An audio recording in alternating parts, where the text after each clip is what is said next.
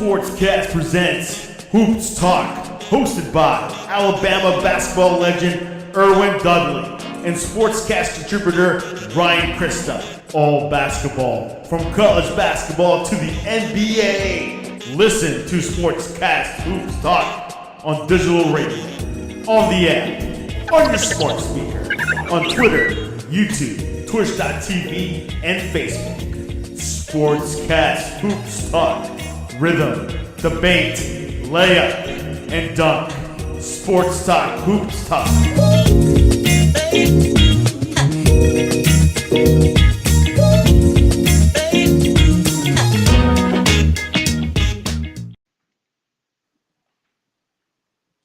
All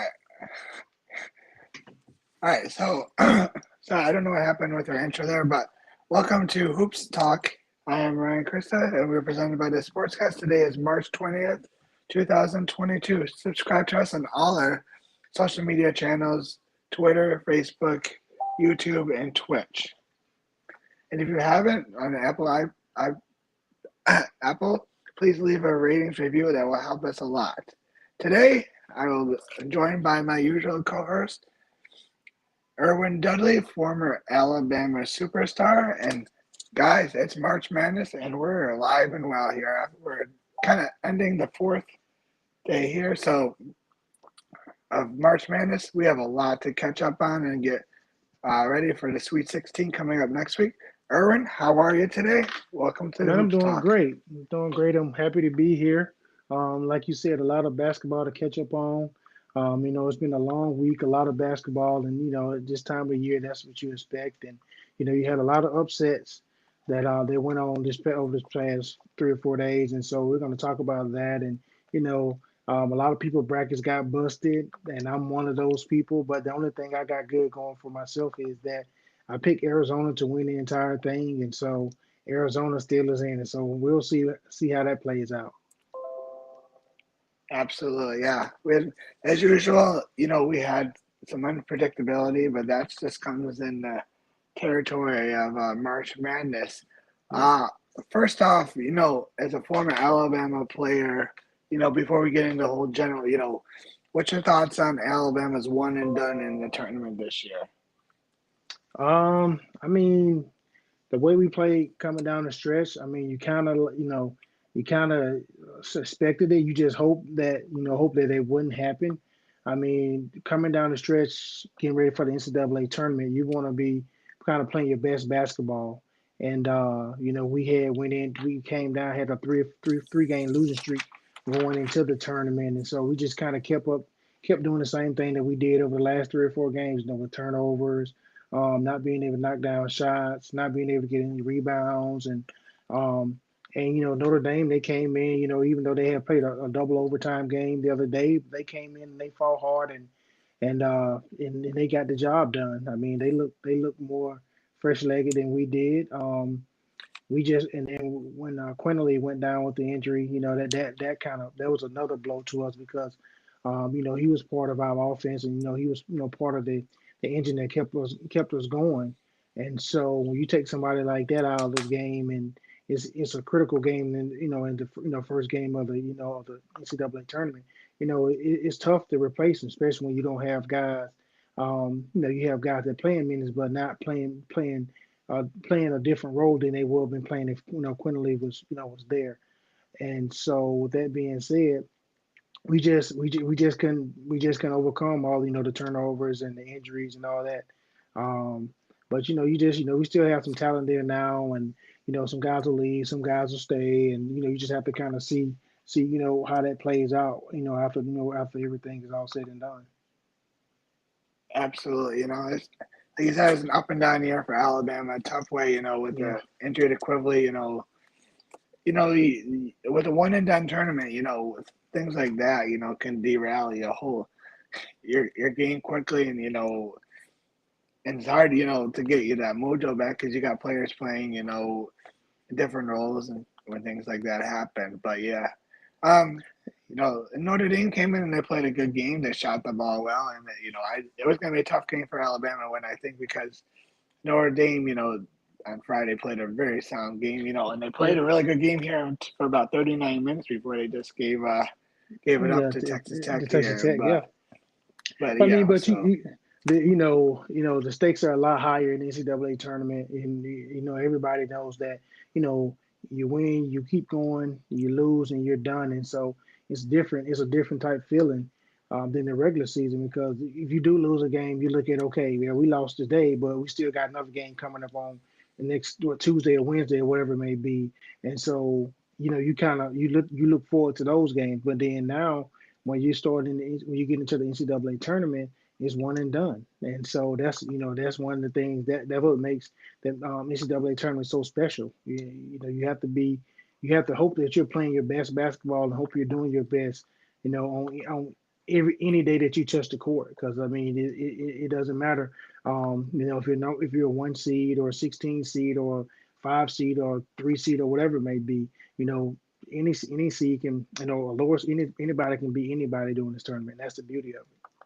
absolutely. And so we'll start with the madness. I think the one that we're maybe talking about come tomorrow is the St. Peter's Peacocks. It's one thing, to have that magical game against Kentucky, Yeah, on Thursday, which is awesome. They yeah, played a great game. And then, I think, their coach said it best, their players, they don't know. They just go and play basketball, yeah. they're, from the New York City, New Jersey area. And the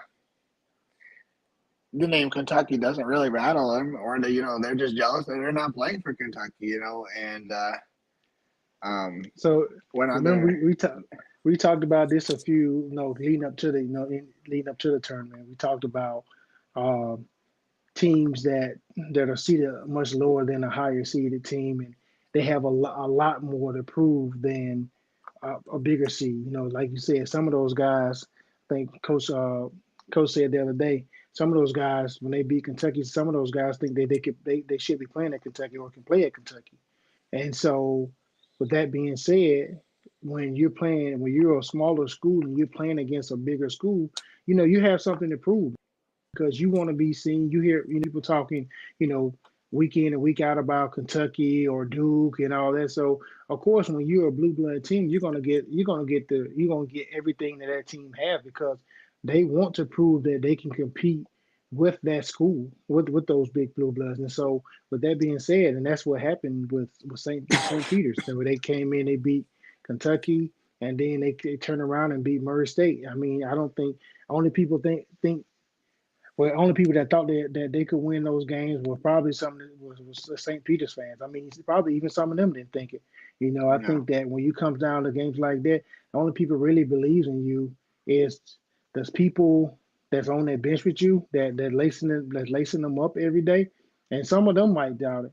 But then you do have some players they have in their mindset like we can beat these guys. We're gonna beat these guys, and some of the coaching staff too. They'll have their doubts, but at the end of the day they're going to plan and do the best that they can to prepare the kids and give them the game plan, and they have to go out and execute it, and that's what they did. absolutely, and yeah, it's interesting when these 15 seeds or whatever these low seeds, a lot of times everything goes right, on Thursday or Friday, and then it seems you get to Saturday or Sunday, and it just kind of just you know 12 o'clock hits for Cinderella, but once in a while and we saw this last year with Oral Roberts, Hmm. you know, they went on and they beat Florida in round two, and then you catch a team that's highly talented in Murray State, but obviously not the athletes that Kentucky has. No. Um, but an experienced team. I don't know if Murray State just let down their guard a little bit, with the competition, or yeah, it's a little bit of both. I think St. Peter's played a great game, um, and also I don't Murray State. I think didn't have their A game, knowing who they were playing yesterday. And that's the thing about it, though. You can never predict what type of game you're gonna have. Only thing, like as I spoke about this, only thing you really can control, especially in the NCAA tournament, is how well you play defense. And so your defense is going. They like I said, defense win championships. Yeah, offense is going. They're going to win some games, but defense, majority of the time, they're going to win championships. If you go back and look at, and I watched Houston, Memphis. I mean, I watched Houston. I had watched Houston play today. I watched Memphis play today. I watched them play against. I mean, yesterday, Memphis and Gonzaga. I watched them play yesterday. I mean, they get went up and down the court and they gave Gonzaga a run for their money. But at the end of the day, they had some guards that came down and Memphis couldn't guard them. They made some shots and that's what it was. And they go back and look at how I watched Houston and Illinois today. Man, and Houston is exactly what they're cracked up to be. I mean, I watched Houston play Alabama here in Tuscaloosa at Coleman a few months back, and I saw how physical and how aggressive they played, and I was like, man, they're going to be something force to be reckoned with. And then they go and win their conference tournament, and then after that, now I just watch them play Illinois, and they put on a defensive clinic. Like they really, really play hard. They really played. They played together, and they've lost their primary one of their primary guard scorer Sasser. They lost him to injury, and they still are clicking just like normal. And that's how all of Coach Sampson, all his teams play. They have an identity where they're going to rebound.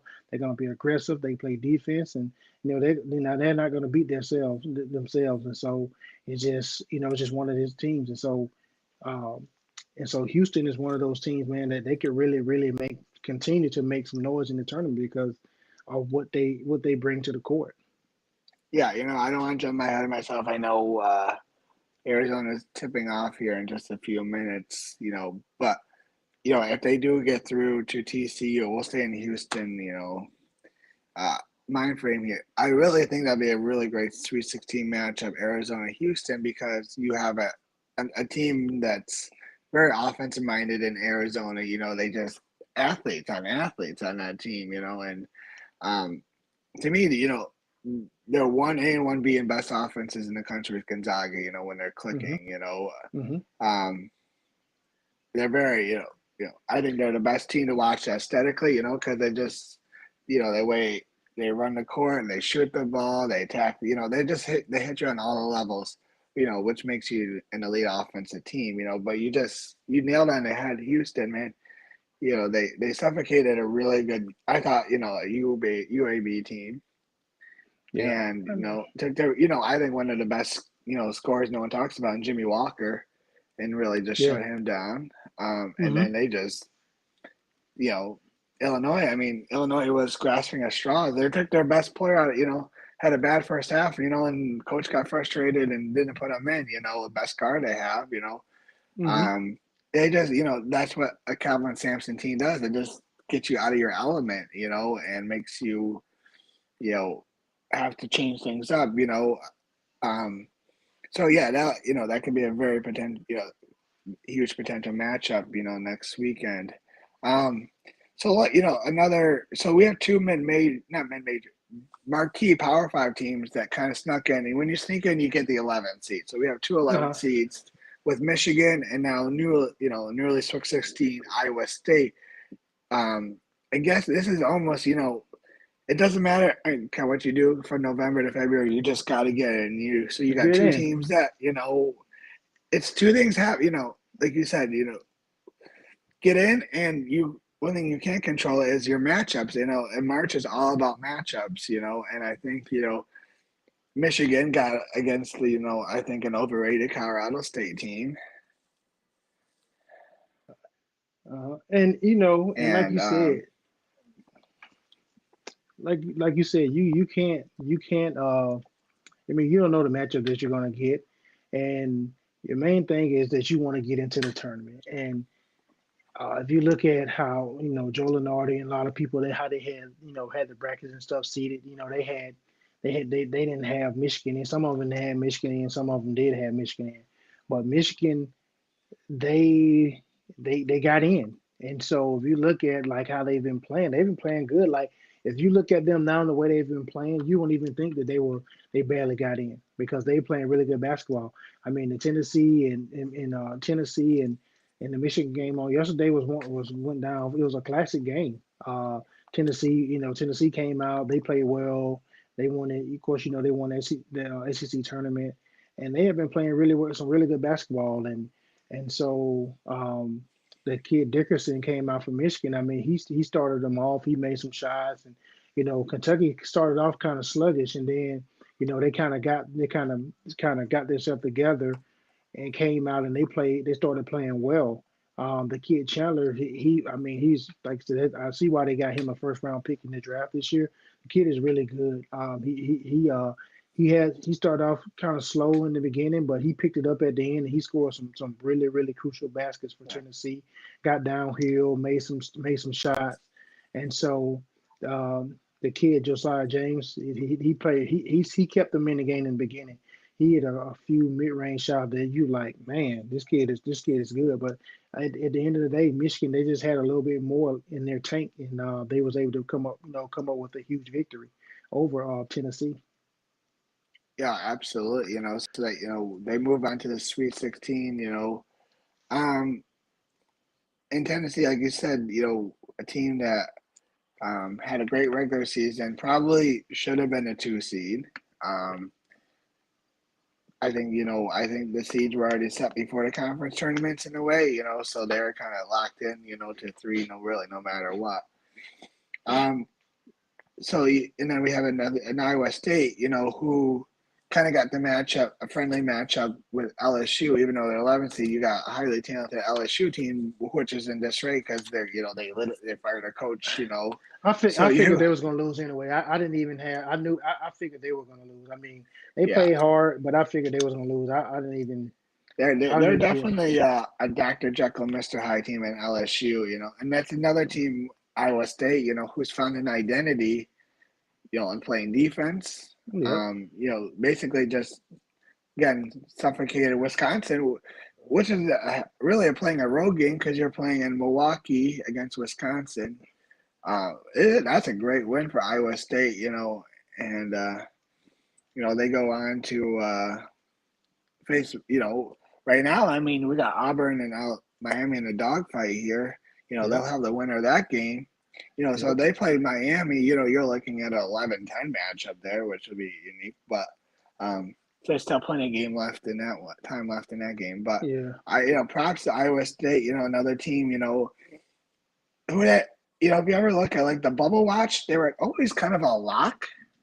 Yeah. But I was like, every time I looked, they barely beat somebody. They lost. It's just like I didn't watch a whole lot of their games, but they're definitely not flashy. But again, it's all you gotta do is get in and get the right Get matchup, into and the they're tournament, kind of get the right proof. matchup. That's all that matters. And so props, to make an unlikely.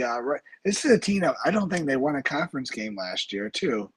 Okay. So they fired Steve Prohm and brought in, mid-major coach TJ, wicked long last name against or whatever. So I don't want to screw it up on him, but kind of changing the identity of that team. I think, just getting in was probably a success, and now this is overachieving, Hmm. in that regards.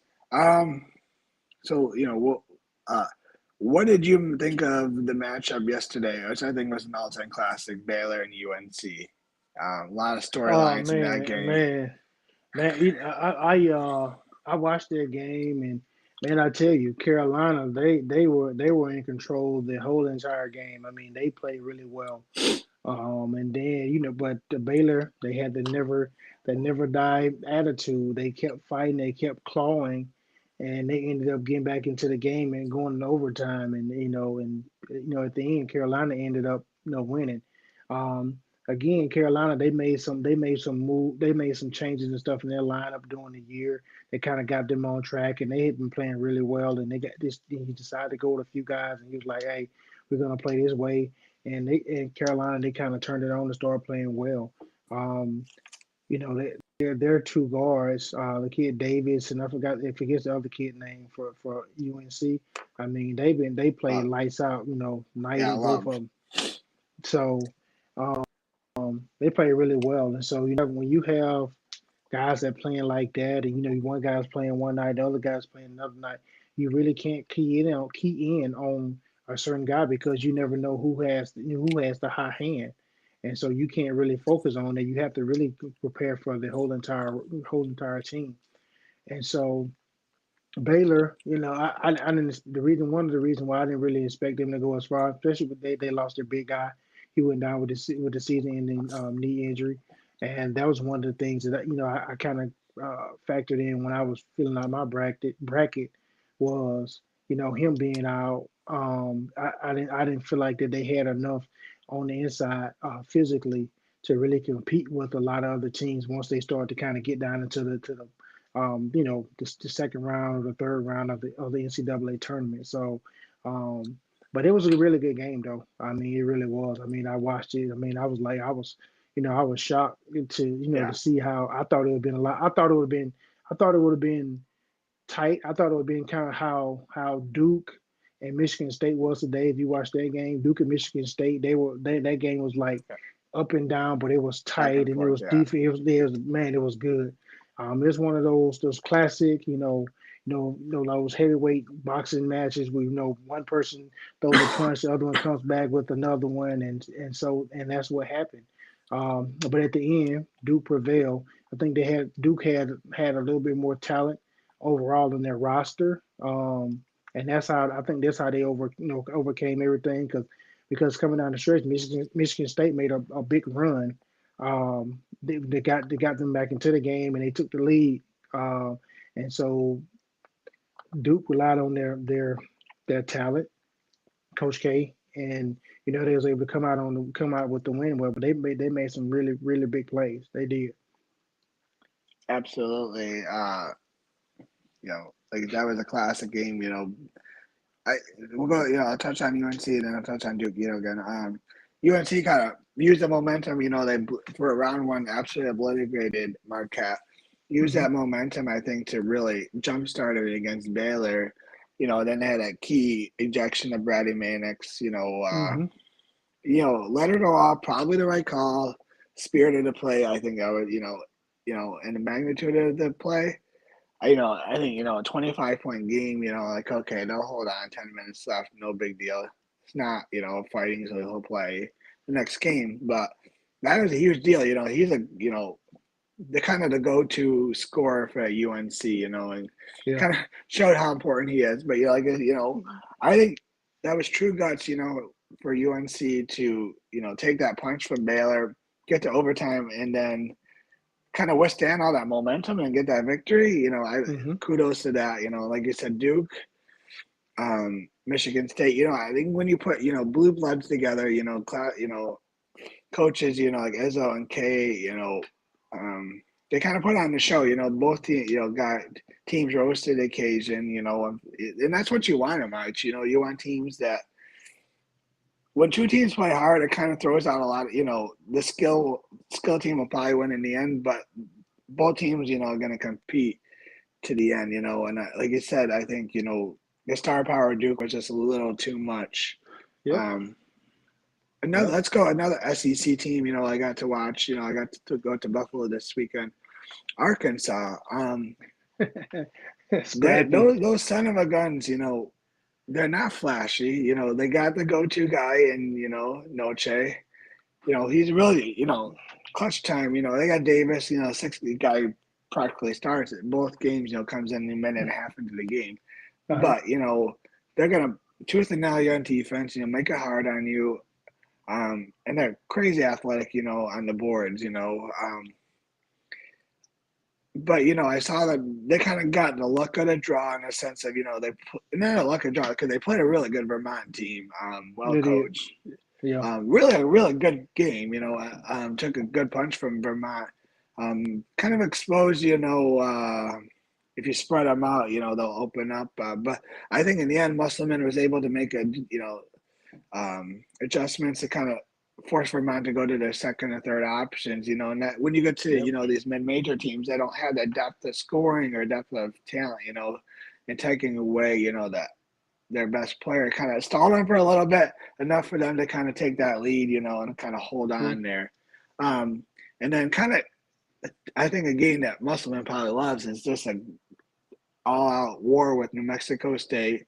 And I think my favorite player of the tournament I got to watch, is Teddy Allen of New Mexico State. I don't know if you got to see him. He balled out Yeah. against UConn, 37 points. Kind of a flamboyant guy. Very flamboyant. I mean, they had to try to tell him to calm it down, and then you saw what happened last night or yesterday, Yeah, right? yeah, He yeah. struggled. He struggled. Yeah, he struggled. And I think, um, yeah, like I said, that's what Arkansas can do to you because they can put those athletes make those tougher, make those tougher shots. So I think that leads to a really fun matchup, next weekend in San Francisco against Gonzaga. That like you said, an offensive minded team like Gonzaga, with their bigs, the Timmy and Holmgren, going against a bunch of junkyard hogs, in Hmm. Arkansas, which style is going to prevail in that game. It's going to be a fun matchup. Gonzaga got everything they wanted to and more out of Memphis. We kind of talked about this, earlier when we talked about Houston. Memphis, if they had a better middle of the season, they were probably at least a 2 or 3 seed. The Hmm. talent on that team, the athleticism on that team was. I mean, Gonzaga, they saw a little bit of that when they played Alabama, but Hmm. it definitely threw them off, in that first half, because Memphis has little to no half court offense other than just, get that ball up the court and throw it at the rim and let, their big, Durant and Williams go and rebound that ball. But wow, the talent. So if you look at, I mean, just going back to the, watching, the Arkansas. I mean, Arkansas, they play really hard. That's one thing they do. They Note he's been really streaky. He's been really streaky. The last few games I watched, even in the SEC tournament and in the NCAA tournament, he's turned the ball over. I think he had like last night. I think he fouled out. He had like four offensive charges. And so in order for them to kind of go even further than what they want than where they are now.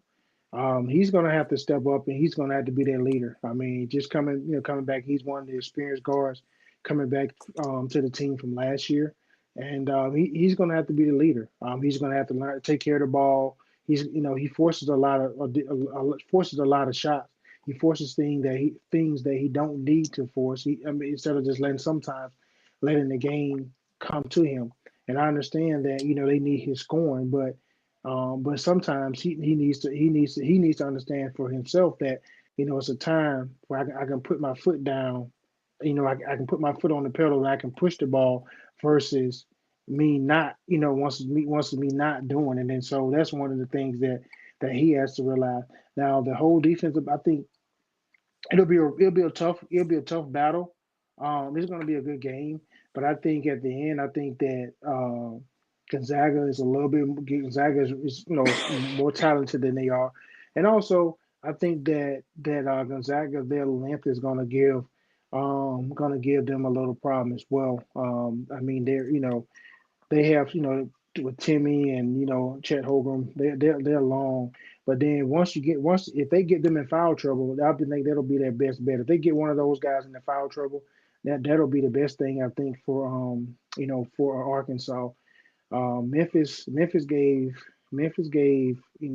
Gonzaga a good run yesterday, but Memphis is a big team on the interior. They're a huge team with Durant and those guys, so I can understand that. Um, but again, I think it'll be a good game. Yeah, I mean, if I was an NBA scout, I watched, I'm not gonna lie, Gonzaga's my team, so Yeah. I watched, pretty much every minute of the season. I haven't seen Holmgren rattled and shocked like he was last night. He did not want to battle. If I'm gonna be a scout, I'm like, there's some red flags there. Because Durant, that man's a bad man. He is big. He is strong. He doesn't have the skill as Holmgren. I'm not talking. Skill. Nah, Holmgren's off the nah, charts. he not even close now. But when NBA body ready, you know, that guy's there. And then what Memphis could have been if Imani Bates stayed healthy.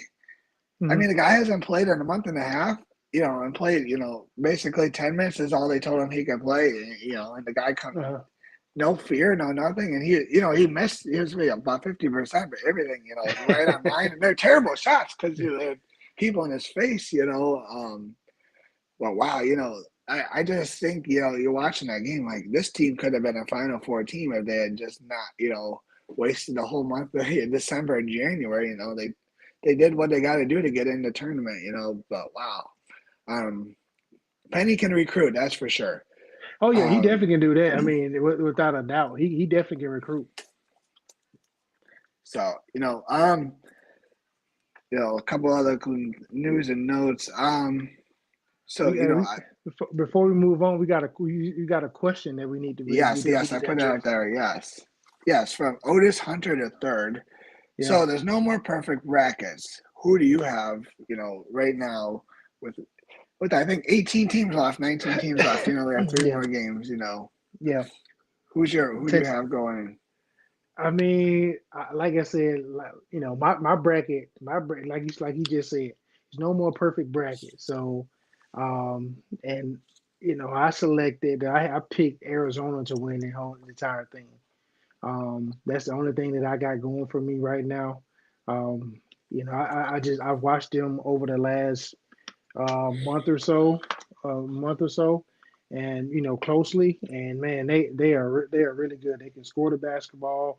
They are long. They can defend. They can do a lot of things. And so they won.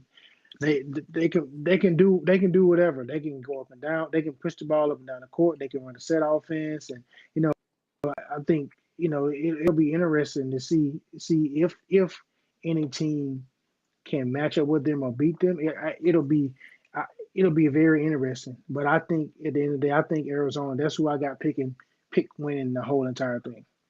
I can't go wrong with that. I'm going to go with Gonzaga. So, maybe that's my heart telling me, but I feel like they survived. So they started ridiculously slow against Georgia State. But they showed what they can do. I mean, they took a 2-point game, 16 minutes left and won the game by it. They're up by as many as 28 points. So, Mm-hmm. that's the explosiveness you have. But, it is red flag. It took them a while. Again, they fell behind yesterday.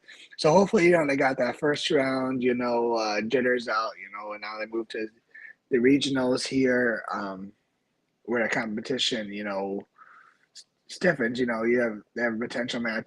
They will play Arkansas and then either Texas Tech or Duke, in the regional final. So Mm-hmm.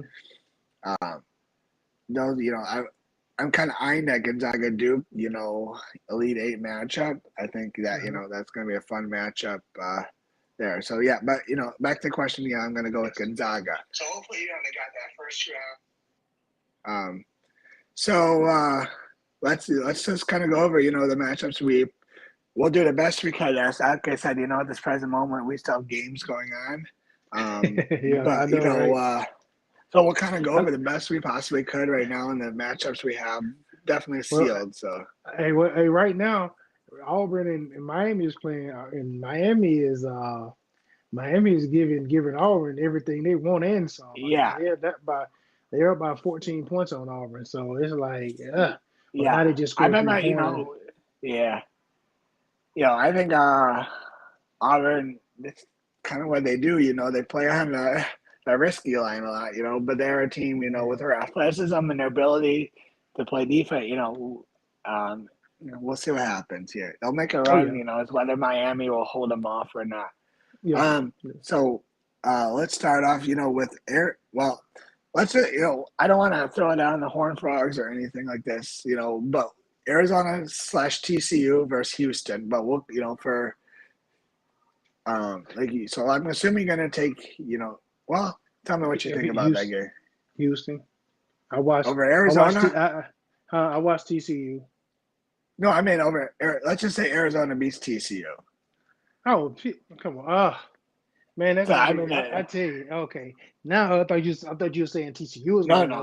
win. I mean, Arizona and TCU Okay. haven't played yet, so we're gonna just assume that. We're gonna assume we're assume Arizona win, right?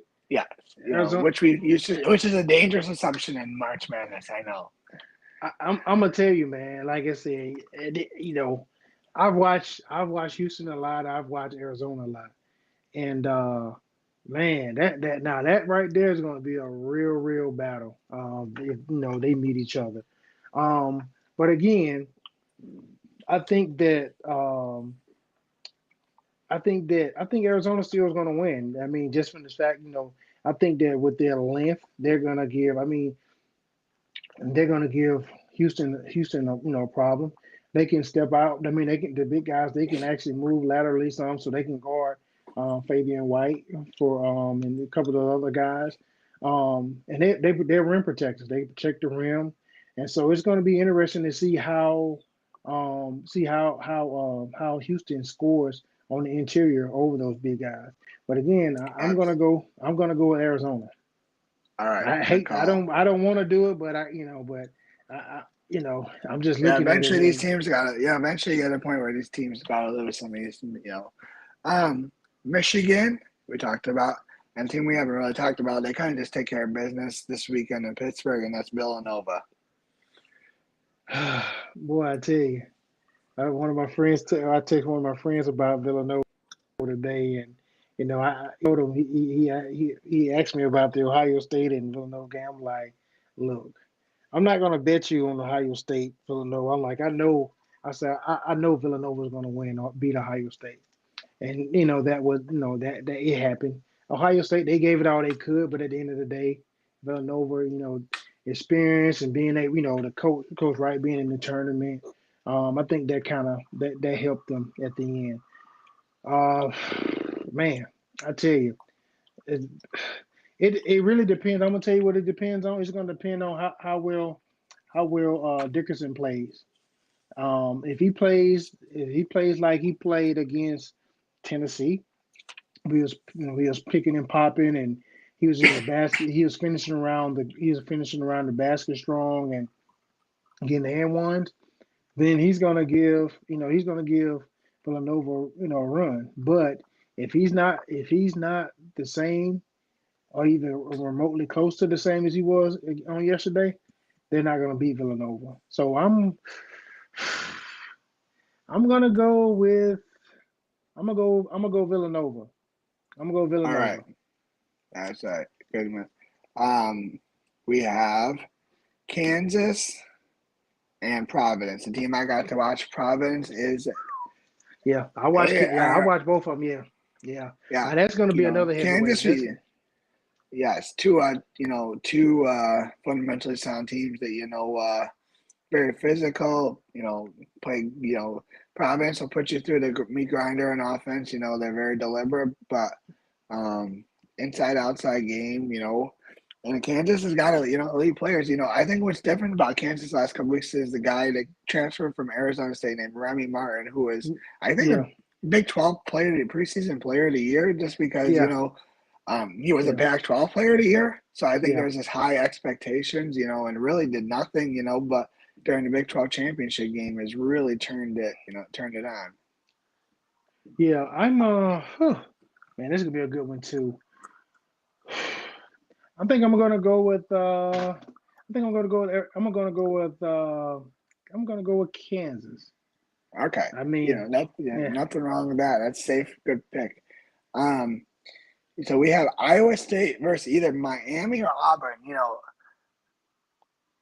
We see Auburn's kind of doing what I said they were kind of doing. They're kind of turning it on. A little bit, showing their athleticism. Um, let me but say. you I know, mean, yeah. I mean, we really can't tell. We still going. It's still some time. We still got a lot of time left in the Auburn game, but I honestly think Miami's going to win. Miami is a really scrappy team. Their guards, I mean, they're small. Their whole entire lineup is small, but yeah, they get out of the defensive passing lanes and they get steals and they create turnovers, and that's one of the things that you have to win in the tournament. If you're trying to win the tournament, you have to be able to play defense. I mean, like we said a few minutes ago, one thing you can control your defense, but you'll never know how many shots you're going to make during the game. But if your defense is up to par, you keep yourself into games to be able to give yourself a chance to win. And with that being said, I'm gonna go ahead. I'm gonna go out on a limb and say Michigan. I mean, to say Miami's gonna win. All right. I'm gonna go ahead and say Miami's gonna win. So we got. See, if that happens, you have Miami and Iowa State going against each other. I'm going Miami. So that goes back to the fact, nothing against Miami or Iowa State if they make it. It really begs the importance of Providence and Kansas. Winner of that game will be a heavy favorite going into the Elite Eight. Mm-hmm. So we'll see what happens there. So let's move on. We have a blue blood matchup here in UNC and UCLA. Ooh, ooh, that'll be a good one too. I'm gonna go with I watched both of them play, but I'm gonna go with I'm gonna go with UNC. Yeah. Especially where their guards have been playing, and I like UCLA as well now, and I like Juzang, I like Tiger Campbell. I watched them play as well, but I like I said, I'm going to stick with North Carolina. Just from what they have been doing, over the past few weeks and how they've been playing. I'm going to stick with them. All right. So then we have another game. So we have St. Peter's versus either Texas or Purdue. We got a game. I think they're They're playing right now. Yeah, I don't know yeah. what the So score is. I Yeah, they're mean, playing right now. it's back and forth. I know, but Purdue's been winning, but it's close. Yeah. It's not the first half. So this is again, pretty impossible. You can, we'll probably just assume the winner of that game will probably end up, bursting the bubble of. Yeah. I mean, I like St. Peter's. I like the Cinderella story of how they've been playing and what they've been doing, and they've been playing really good basketball. Nobody expected them to be Kentucky, and then they definitely didn't expect them to come in and win the next round. So with that being said, I think that they'll I think they run out of gas. I Well, know they're going to be on the coming out for they're going to be first coming into the tournament, to the round of the next round of 16. But at the end of the day, I just think whoever, if either Texas or either Purdue, I think that they're just gonna. With their talent, and I think that with them being really aware of what St. Peter's is capable of. I think that that's gonna, I think that they're gonna get them. It takes time too. I think another thing too that people don't understand as well, when you're playing in the tournament, NCAA tournament, the time of preparation that you have to prepare for a team is smaller. So you don't have as much time to prepare for a team. So you're playing one day, and then you play it Friday in between, then you playing, what I'm saying, you playing that Sunday or Thursday, then Saturday. So you have to look at that as well. I think whoever, like I said, whoever plays St. Peter's coming up, they'll have more time to prepare for them, and I think they'll beat St. Peter's, whether it's Purdue or yeah, Texas. yeah, absolutely. I think we'll safe to say that. Like I said, nothing against St. Peter's. Good story. But round of 16 is definitely where a lot of you know you plus you have not you play these games. You're in this bubble here where and then you go back to your campus and you're rock stars, and it's probably hard to focus. Hmm. Um, that's what makes these 15 seeds Yeah. an Uh-huh. extreme story. So we'll take either Texas Purdue, whoever wins that matchup. Um, we'll go up, last region, we talked a little bit, but we Gonzaga and Arkansas. Yeah. Oof. Man, as much as I wanna go with the SEC team or whatever. Um, I think at the end of the day, I think Gonzaga will have, they will have too much for Arkansas at the end, with Holmgren, and then I think with their guard play, they play really well. I'm gonna go with Gonzaga. I think that they'll get it done. Again, I think that their size, and I think their talent will kind of overwhelm Arkansas at the end of the day. Yeah, good call. Great. And then, we have Texas Tech and Duke. I both play defense really well, but I'm gonna go with Duke. just because they have I think they're a little bit more talented, and then also I think because it's Coach K's his final ride, and so the players I think they kind of realize that, and they kind of want to take Coach K out on with the W, with the title. So I think that right there is enough, will be enough to beat to beat Texas Tech. Yep. So that'll lead, a Gonzaga Duke Elite Eight matchup. Yeah. So that's kind of where we are heading into next weekend. After that 4 days, and it's funny. The first 2 days is all about consuming so much, and then you get to the yesterday and today, it's a little bit more about the quality of the matchup. You Hmm. can definitely, when you get into these second round matchups, what's the biggest storyline, you want to end the show with, what you got from from this first 4 days of basketball?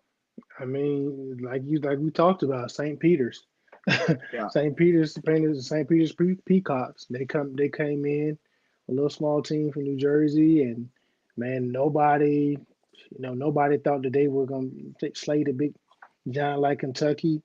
Came in and they slayed them. I mean, I think that right there was like the biggest upset, coming in, because like I said, now, like I said earlier, I don't think anybody outside the locker room thought that St. Peter's had a chance to beat Kentucky, and for them to come in and beat them, and like we always talk about, it doesn't matter about your seeding. You can be seeded 1, you can be seeded 16, or seeded 2, and you can be seeded 15. It doesn't matter.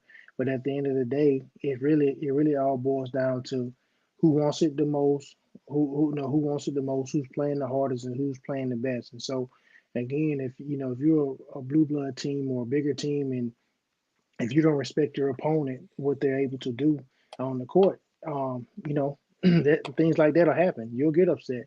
And so, not saying that Kentucky disrespected St. Peter's, but I just think that, when you're a smaller team, you have a lot more to prove versus, a lot more to prove as a program than a team like Kentucky, who has a name that people see night in and night out. They kind of know what to expect. But St. Peter's or another smaller school, they're trying to put or leave their imprint on college basketball, or on that NCAA tournament. So, and they're trying to make the most of it, and that's exactly what they did. absolutely. That's definitely something, a team we'll remember, um, from that first weekend here. And all right, so some closing news and notes. Florida Gators have hired Todd Golden as their new coach, former University of San San Francisco Francisco. coach. Like I said, as a Gonzaga fan, I've seen this program come out of the ashes here, under Golden. Comes in, kind of this young whiz kid, former player at St. Mary's, was assistant coach for Bruce Pearl for a little bit. Hmm. But when he first got there, they were very. I think he's still in analytics, but they were doing some weird stuff. They would intentionally foul it, so because that's kind of what the computer would say.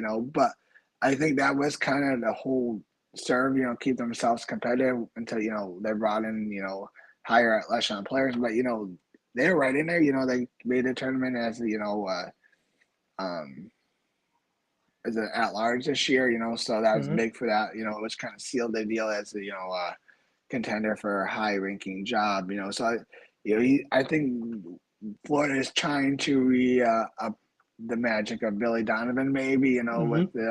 this young guy, young, good looking, flashy guy, So we'll see what he does down in Gainesville, and then we talked a little bit about New Mexico State and Teddy Allen. Their coach, Chris Jans, was just hired to replace Ben Holland at Mississippi State. So he'll bring that half court, Wow. hard nosed defense down to Starkville Hmm. coming up. So it's kind of it's kind of known before the tournament about that. So it's interesting to see, New Mexico State, not use that as a That's distraction, a that Thursday night, and that's a really that's a take quick Arkansas to bite. Yeah.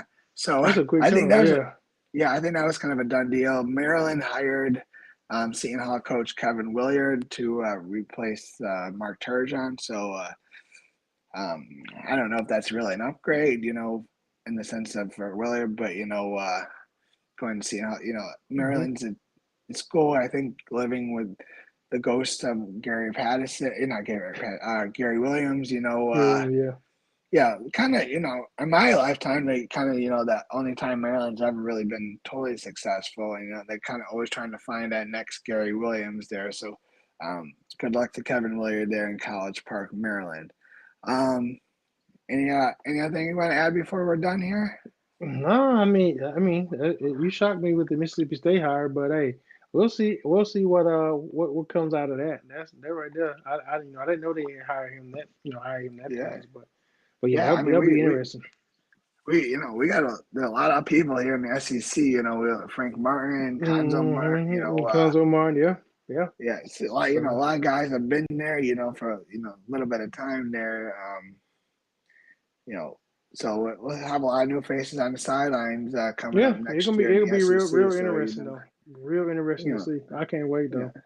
Yeah. So again, we got we got a little more basketball left here tonight, and then we'll get ready for Sweet 16 and Elite 8. We'll come back here next Sunday night.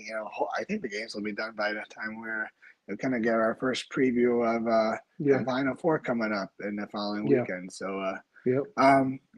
As we get on here, we'll try to, we got talked a lot of college basketball here. We'll mix in some NBA here as we get down the closing stretch here coming up in the next week or so. So, there's nice talk here, a nice show. Yes, sir. Wrapping up, that first weekend here in March Madness. Hope everybody enjoyed. Again, we are with Hoops Talk with the Sportscast. Again, follow us on all our social media platforms. Leave us a ratings, review, and thank you. And everybody have a great night. Good night, everyone. Oh, yes. And follow it. Tell us, Erwin, where you can follow you at. Oh, you can follow me at Erwin Dudley Everything on Twitter, Instagram, and Facebook. Erwin Dudley. Yes, and you follow me at the Mad Dog Report on Twitter. And then you can hook me up on Facebook, Ryan Krista. Again, everybody have a great night and enjoy as much basketball as possible. Peace.